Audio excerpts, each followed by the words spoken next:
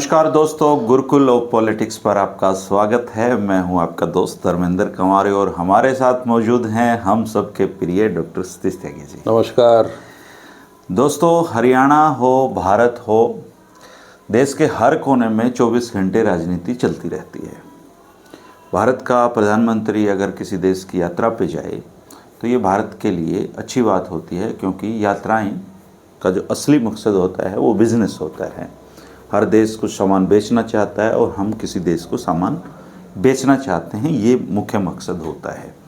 अभी अमेरिका के जो राष्ट्रपति हैं ट्रम्प, उनके साथ प्रधानमंत्री नरेंद्र मोदी जी की मुलाकातें हुई हैं और पता नहीं क्यों मुझे लग रहा है कि देश पर हमारे प्रधानमंत्री जी की बेइज्जती होते हुए ही क्यों देखना चाहता था। सोशल मीडिया पे ऐसा एक वार छिड़ा हुआ है और उस वार के बदले में जो बीजेपी भक्त लोग हैं वो ट्रम्प जो कुर्सी पीछे सरका रहे हैं उनके बैठने के लिए कुर्सी, उसको उन्होंने राष्ट्रीय सम्मान का विषय बना दिया है।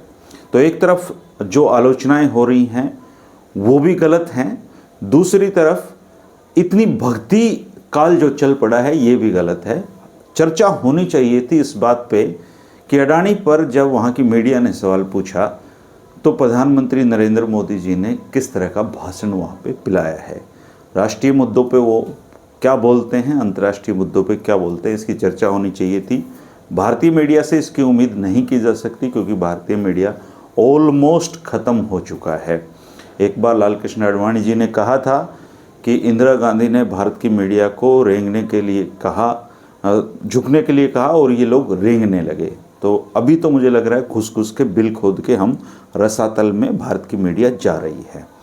डॉक्टर साहब जी, अडानी पे जब सवाल पूछा तो भारत एक लोकतांत्रिक देश है, हम मूल्यों का सम्मान करते हैं, इस स्पीच की क्या जरूरत पड़ी थी?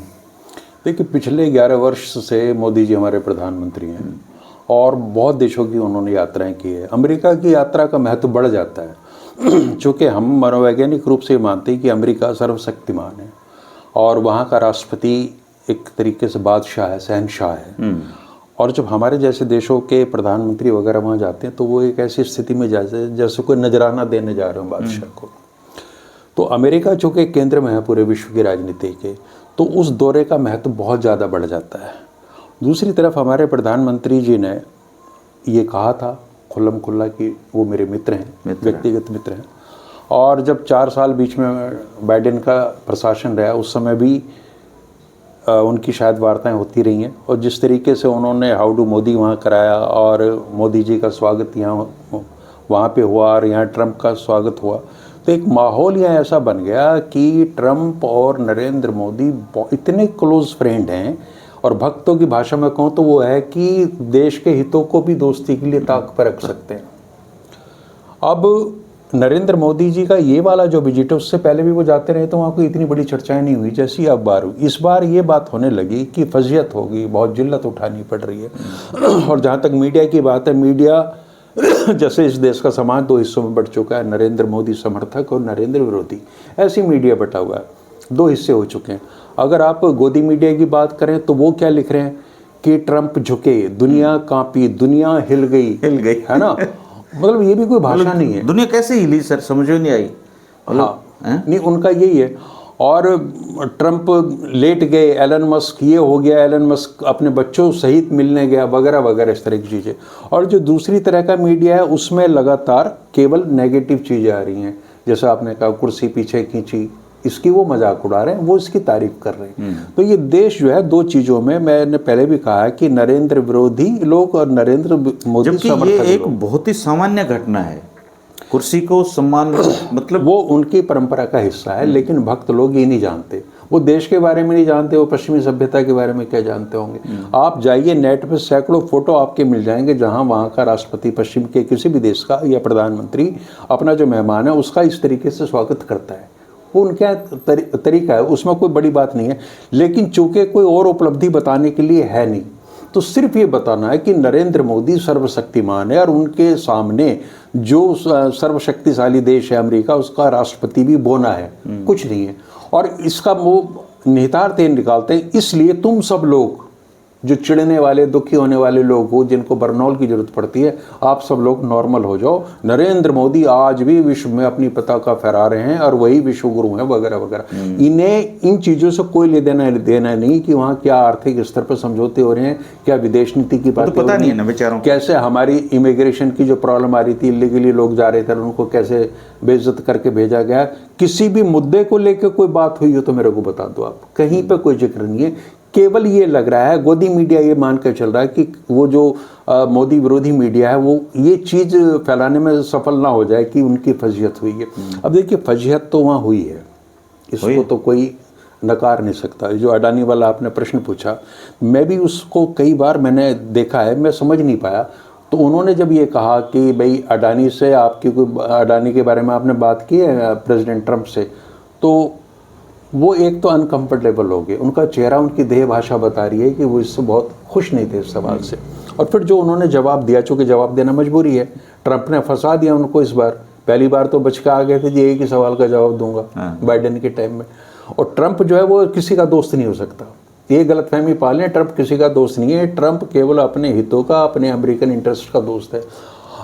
अब तो इन्होंने जवाब क्या दिया उसका, भारत एक लोकतांत्रिक देश है और मैं भारत के लोगों से बहुत प्यार करता हूँ, वसुधैव कुटुंबकम की हमारी संस्कृति है, अवधारणा है ना, और मैं अपने देश के लोगों से बहुत प्यार करता हूँ। अब ये समझ में नहीं आया इस सवाल का इस प्रस्तावना से क्या लिंक था। इसका लिंक जोड़ा जा सकता था जो उन्होंने कहा, फिर बात शुरू करी। दूसरी बात ये है कि जो व्यक्तिगत मसले होते हैं उनको लेके कभी दो राष्ट्रों के मुखिया बात नहीं करते, सार्वजनिक रूप से बात नहीं। अडानी का मुद्दा व्यक्तिगत मुद्दा कैसे है? नहीं, वो उस पर आते हैं हम बाद में। तो मैं तो ये कह रहा हूँ कि अगर सामान्य ज्ञान की बात है कि पहले वाला हिस्सा जो है इस सवाल का, उसको दूसरे हिस्से से आप जोड़ो। चूँकि अगर वो जुड़ नहीं रहा तो ये लगेगा कि वाहियात सी बात है, कोई मतलब ही नहीं है। कि आपको लिखा गया कि कुत्ते पे निबंध लिखो और आपको गाय वाला याद है, आप वहीं से शुरू करते हो कि गाय हमारी माता है। तो ये इस तरीके का, अब जब उन्होंने बात कही थी कि भारत एक लोकतांत्रिक देश है वगैरह वगैरह, इसमें एक लाइन ये जोड़नी चाहिए थी जो मैं कह रहा हूँ।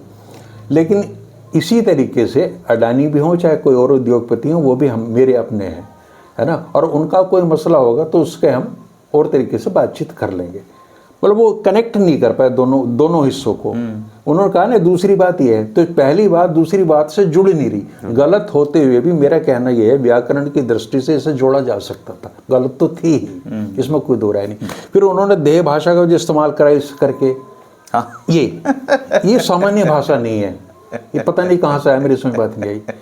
तो इन चीज़ों को अब हो सकता है भक्त इसी में कुछ आनंद ढूंढ रहे हो। देखो, भक्ति का तो मतलब ये है, खैर उनको ये मुबारक हो। लेकिन देश के लोगों को जो मोदी जी को बहुत ज़्यादा पसंद नहीं करते या थोड़ी कहीं भी किसी भी हिस्से में नहीं है, या जो विदेश के लोग हैं, उनको ये स्टाइल समझ में नहीं आया। दूसरे एक घटना ये हुई थी कि फ्रांस के राष्ट्रपति मैक्रो ने उनसे हाथ नहीं मिलाया, तो लगातार एक सीरीज होगी। और आपके जो नरेंद्र मोदी विरोधी मीडिया है भाई, वो तो मजे लेगा, क्योंकि तुम अपने ढंग से मजे लेते हो, वो अपने ढंग से मजे लेते हैं। इस देश में सब मजे ही लिए जा रहे हैं और कुछ नहीं हो रहा, ठीक है। उन्होंने केवल वो नेगेटिव बिंदु जो थे सारे के सारे वो तलाश किए, ठीक है, नरेंद्र मोदी की विरोधी मीडिया ने, और उसी का प्रचार हो रहा है। और वो ये पूछ रहे हैं कि भाई आप लेके क्या है वहाँ से, क्या वो अब जो नई खेप आएगी, जो प्रवासी हैं जो अवैध रूप से साथ ही आ रहे हैं, अब वो कैसे आएंगे, इस पर हमें नज़र रखनी होगी। वो कह रहे हैं हमें मोदी जी से पहले ही पहुंच जाएं, जमा रखनी पड़ेगी कि वो अमृतसर में आते हैं और वो क्या उसमें जंजीरों में बंध के आते हैं वगैरह वगैरह, चूँकि बड़ी उससे देख रहे हैं। और अगर वो फिर से वैसे ही आए तो फिर देखना एक तूफान मचेगा कि कहाँ गई दोस्ती, कहाँ गई। और ये इतनी छोटे से टाइम में इतनी सारी इवेंट हो गई हैं कि हर एक इवेंट पे नरेंद्र मोदी जी कुछ इस बार अप्रत्याशित व्यवहार कर रहे हैं, समझ नहीं पा रहे। दो उनके लिए टेलीप्रॉम्प्टर लगाए जा रहे हैं, किसी सवाल का जवाब दे नहीं पाते। नहीं, पहले तो ही लगाते थे, है ना, इधर देखते हैं इधर देखते हैं, उसके बिना तो बोल नहीं पाते वो। लेकिन फिर भी पूरी ये खिल्ली उठती। दो ट्रांसलेटर आप, मैं तो कहता हूँ एक उनके सिर पे भी लगाना चाहिए। और मुझे ये लगता है पूरे धर्मेंद्र जी कि इस पूरे इशू में, पूरे मामले में ट्रंप कहीं एक्सपोज करना चाह रहे थे अपने दोस्त को ही, वो चाहते बचा सकते तो है वो पूरा, वो बचा सकते थे, लेकिन उन्होंने चलने दिया। फिर उन्होंने ये कहा दिया पहले ही उसमें कि जब टैरिफ की बात आई कि मैं तो रेसिप्रोकल टैरिफ की बात शुरू कर दी कि वो भारत हो या कोई और देश हो, ये शब्द उन्होंने कहा, इंक्लूडिंग इंडिया। मैं तो टैरिफ का रेसिप्रोकल करूंगा, यानी 100% आप लगाओगे मैं 100% लगाऊंगा, 70% आप लगाओगे मैं लगाऊंगा। तो उसने दोस्ती का लिहाज तो नहीं किया। अच्छा, हमारे देश में ना दोस्ती को बड़ा पवित्र चीज़ माना जाता है कि दोस्त दोस्त के लिए जान दे देता है, लेकिन वो अमेरिका है, वो व्यापारी है, व्यापारी है जी, उनको आप तो ये हथियार देखिए, बेचने हैं। मैं ये कह रहा हूँ, चाहे वो ब्रिटेन से आए हो, पुर्तगाल से, स्पेन से, या दुनिया के यूरोप के हर हिस्से से लोग यहाँ आए, वो व्यापार ही करने आए थे, व्यापार करने आए थे जी। उनकी ट्रेडिंग कंपनी, यहाँ के उनको पता चला ये मूर्खों का देश है, ये कब्जा हो उनको सकता है यहाँ तो। व्यापार करने का 500 साल का अनुभव है। और व्यापार में वो इतने क्रूर होते हैं कि आज जहाँ अमेरिका बसा हुआ है, उन्होंने वहाँ के मूल निवासियों को सबको ख़त्म कर दिया, उनकी आर्थिक संसाधनों पर कब्जा करने के लिए। व्यापार यूरोप के लोगों के लिए बहुत क्रूर चीज़ है। अब ये टैरिफ शब्द जो है ना, अब आप देखो, हिंदुस्तान के 140 करोड़ लोगों में मेरे ख्याल से 14-15 करोड़ लोगों ने सुना होगा टैरिफ। अब ये नया शब्द आ गया टैरिफ, उनको पता। और इस समय वो तारीफ करी उन्होंने, टैरिफ खरीद। देखिए, मोदी डिक्टेट कर रहा है, वो ट्रंप डिक्टेट कर रहा है, और मोदी जी सब चीज़ों को मान रहे हैं। ट्रंप ने ये कहा कि मुझे ये लगता है कि आपको ऑयल यहाँ से लेना चाहिए, गैस यहाँ से लेनी चाहिए, वेपन्स यहाँ से लेने चाहिए, वो तो हम लेते भी नहीं, F-35 यहाँ से लेना चाहिए। और हमारे प्रधानमंत्री, ऐसा लग रहा है कि जैसे इन्होंने लिस्ट न दी, उन्होंने लिस्ट दी है कि भाई तुमने ये चीज़ें खरीदनी है। मुझे धर्मेंद्र जी एक चीज़ ध्यान आ जाती है, आप जो छोटे छोटे कस्बे ना, उनके पास के जो गांव हैं, वहाँ पे जो चौधरी टाइप संपन्न से लोग हैं, वो शहरों में बनिए की दुकान पर उनका कांटेक्ट होता है कि यहाँ से कपड़ा खरीदना, यहाँ से वो करना। वो पुरानी व्यवस्था ही। हाँ, पुरानी व्यवस्था ही। तो जब वो देखता ना कि भाई बड़ा आदमी आया, चौधरी साहब आए, तो वो उसको पेंटा पिलाएगा, कैंपा पिलाएगा, चाय पिलाएगा, ये करेगा, और फिर वो चीज़ें निकाल कर लेगा। देखो चौधरी साहब, इस बार ये नई चीज़ आई है, ये आपके बड़े काम आएगी, ये वाला जो साबुन है ना, ये तो इससे चाची जी हमारे नहाएंगी ना ताई जी, इससे तो बिल्कुल ही निखार आ जाएगा। तो वो आए तो थे एक चीज़ लेने, 2 चीज़ लेने, वो 10 लेके भेजता, तो वो डिक्टेट करने लेता। तो कैंपा, फेंटा और चाय के एवज में नुकसान किसका हुआ? चौधरी साहब का। तो बिल्कुल यही हालत हो रही है कि ये तो कुछ बेच के आए नहीं हुआ, और ये तो ऐसा बढ़िया जो धमका के सामान बेच रहा है। इनसे उम्मीद ये है कि जब ये प्रधानमंत्री बने थे, ये पहले भारत के ऐसे प्रधानमंत्री हैं जिन्होंने सार्वजनिक रूप से कहा कि मेरी रगों में व्यापार है, मेरे खून में व्यापार है। तो हमने सोचा भाई गुजरात जो है व्यापारियों की धरती है, तो गुजरात से आ रहे हैं तो व्यापारी होंगे। और एक व्यापारी, गुजरात के व्यापारियों का सीधे टक्कर हो गया अमेरिका के व्यापारियों से, वो तो और भी बड़े व्यापारी हैं। तो ये 2 व्यापारियों के लेन देन की चीज़ थी, जिसमें हमारा व्यापारी निराश होके, हताश होके, परेशान होके आ गया है, और अपनी जो रही सही थोड़ी जो इमेज थी उसको भी वहाँ पे सुहा कर दिया।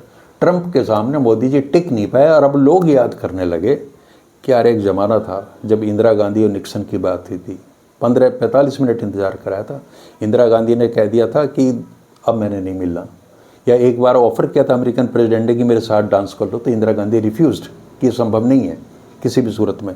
ऐसे ही जब बांग्लादेश का युद्ध होता तो 7वां बेड़ा आ रहा था, तो उन्होंने कहा कि वो आप नाराज अमेरिकन प्रेसिडेंट, वो 7वां बेड़ा, 7वां हो या 70वां हो, हमने जो एक्शन ले लिया।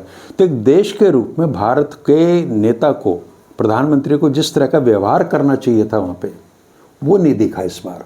ऐसा लगा कि कहीं ना कहीं एक दोयम दर्जे का व्यवहार उनके साथ में हो रहा है। भारत का तो क्या, भारत तो और ये तब हुआ है, ये तब हुआ है जब इम्प्रेशन ये है, परसेप्शन ये है कि इस दौरे के लिए उनसे कहा गया था जी हमें भी बुला लो।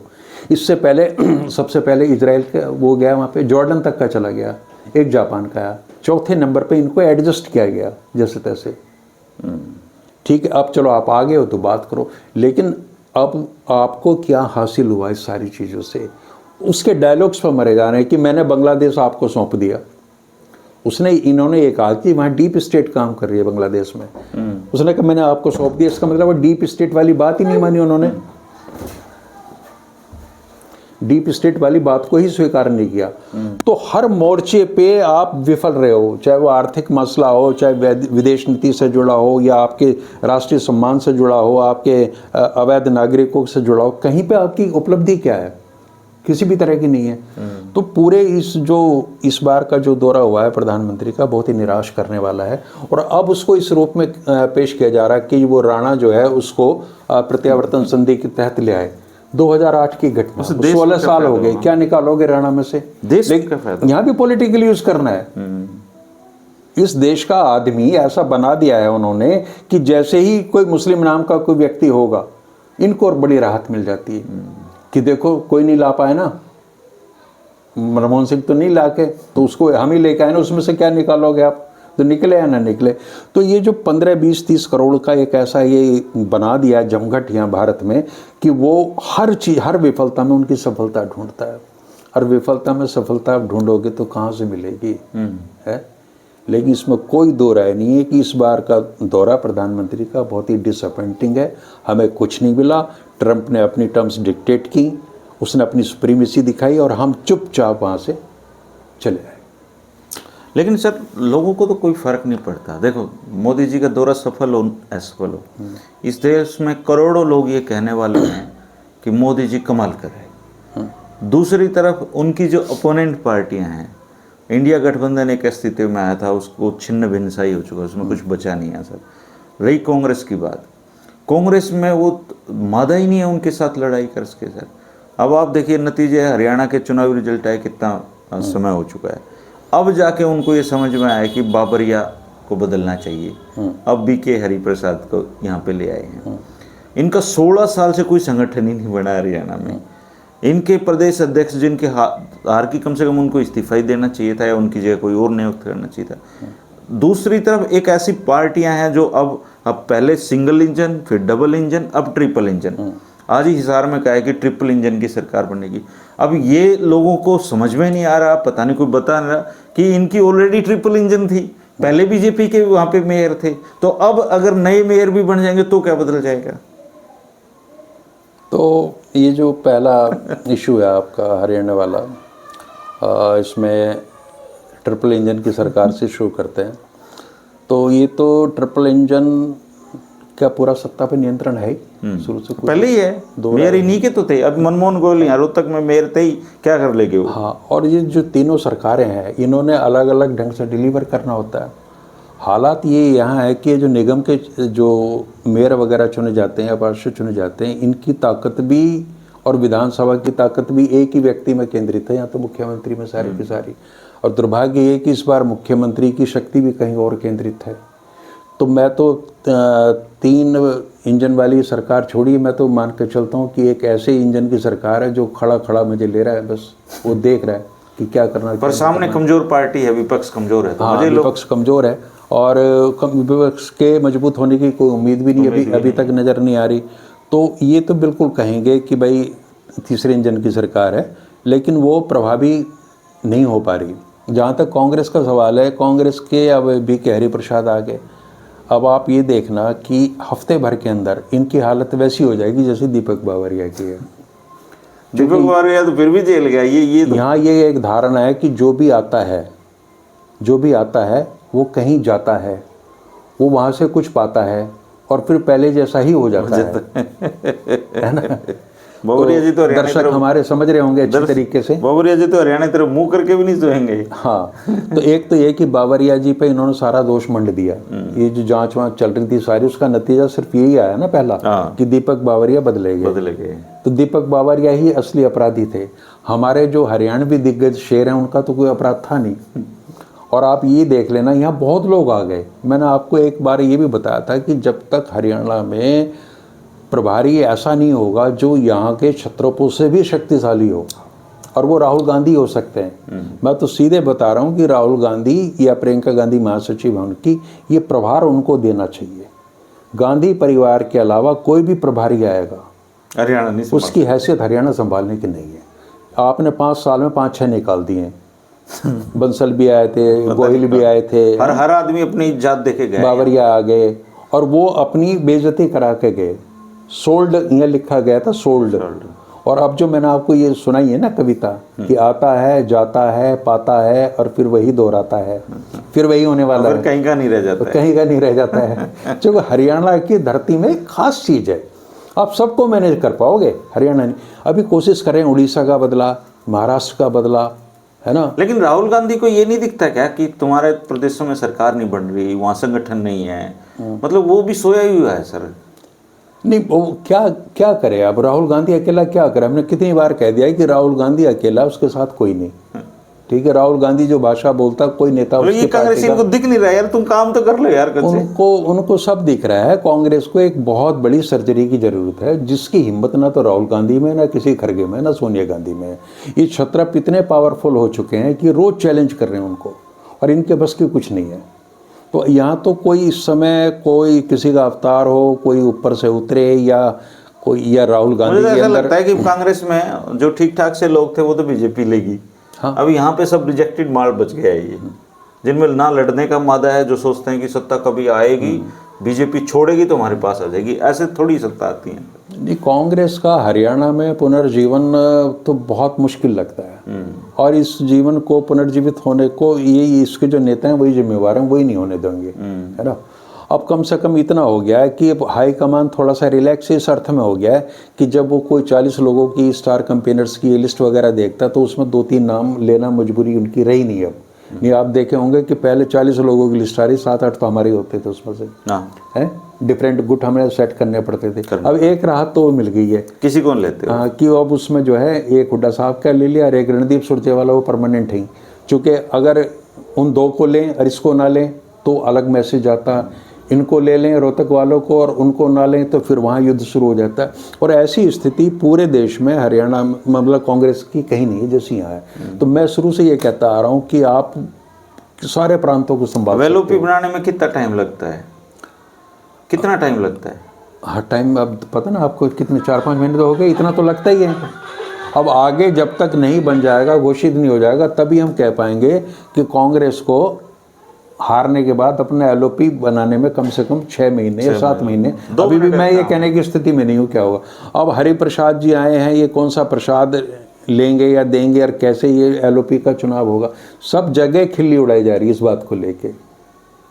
इन पे कोई असर नहीं, इस बात कोई असर नहीं है। अरे चलो मान लो आप लोकतांत्रिक ढंग से, हमने पहले भी कहा था, अगर 37 तो आर विधायक हैं जितने भी हैं उनसे पूछ लो, और अगर 30-32 एक तरफ कह रहे हैं तो उसको बना दो, इसमें कौन सी दिक्कत है।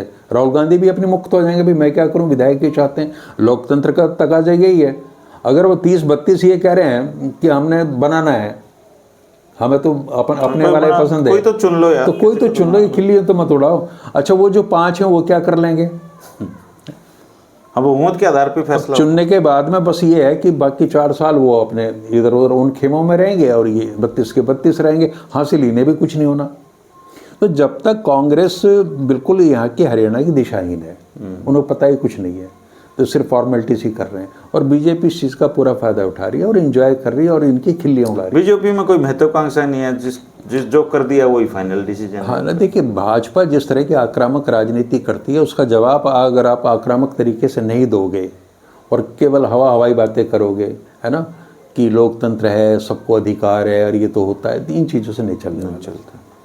दोस्तों, आप इस बारे में क्या कहेंगे जरूर कमेंट करके बताना। लेकिन मेरा व्यक्तिगत नज़रिया ये है कि भारत के प्रधानमंत्री जब भी कहीं जाते हैं तो वो हमारे देश के लिए कुछ करने की हैसियत से जाते हैं। लेकिन अफसोसजनक बात यह है कि बहुत लंबे समय से देश में ऐसे लोगों की संख्या बहुत ज़्यादा बढ़ गई है जिनके पास दिमाग नहीं है, दूसरों से संचालित होते हैं, और वो या तो आलोचनाएं करते हैं या फिर वो अंधी तारीफ़ें करते हैं। और ये दोनों ही चीज़ हमारे देश के लिए अच्छी नहीं है, क्योंकि बौद्धिक स्तर अगर गिरता चला जाएगा और हम सिर्फ धर्म के आधार पे और आँख मूंद के गधों की जैसे व्यवहार करेंगे तो देश तरक्की नहीं कर सकता है। इसलिए हमें, आप ये देखिए कि अमेरिका की मीडिया, ट्रम्प चाहे कितना ही बड़ा तोप बनता हो, उसके झूठ भी बाकायदा उन्होंने लिखे हैं कि वो रोज़ाना कितनी झूठ बोलता है। क्या भारत की मीडिया कभी इतनी जिम्मेदार बनेगी? क्या भारत की मीडिया सत्ता में बैठे हुए लोगों को कभी इतना आईना दिखाएगी? ये एक ज़रूरी प्रश्न है, आप इस पर अपने ज़रूर विचार रखें। शुक्रिया, नमस्कार। नमस्कार।